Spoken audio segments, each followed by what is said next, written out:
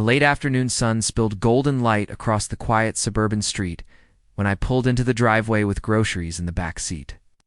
I expected nothing unusual, but the sight that greeted me stopped me in my tracks. Standing on my front porch was Karen, our HOA president, rattling a jangling ring of keys at my lock like she owned the place.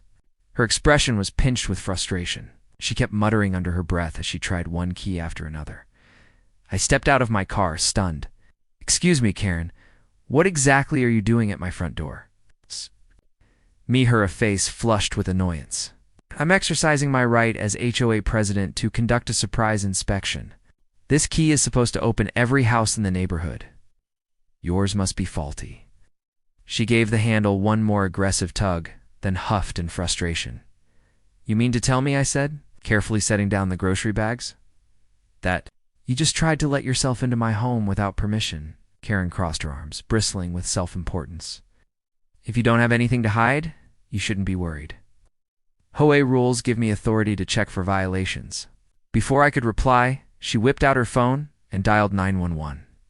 "Yes." She barked into the receiver. "I'm at Maplewood Drive, and this homeowner is refusing to let me in. He's being uncooperative and possibly dangerous." I couldn't help but laugh. "Karen, are you serious right now?"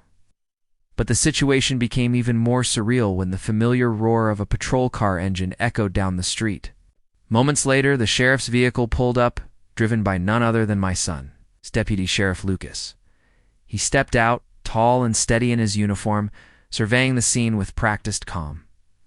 "Dad, what's going on?" he asked, his eyes narrowing as he spotted Karen standing possessively on the porch. Karen's face lit up, mistaking him for her ally. "Thank goodness you're here, officer. This man won't let me into his house. I have the master key, but it won't work. Clearly he's tampered with the locks." Lucas raised an eyebrow. "Ma'am, there is no such thing as an HOA master key, and unless you have a warrant or the homeowner's permission, you have no legal right to enter his property." Her mouth fell open. But I'm the HOA president." Lucas crossed his arms, his voice firm. "That title doesn't put you above the law. In fact, attempting to enter someone's home without consent could be considered trespassing." Karen stammered, color draining from her face.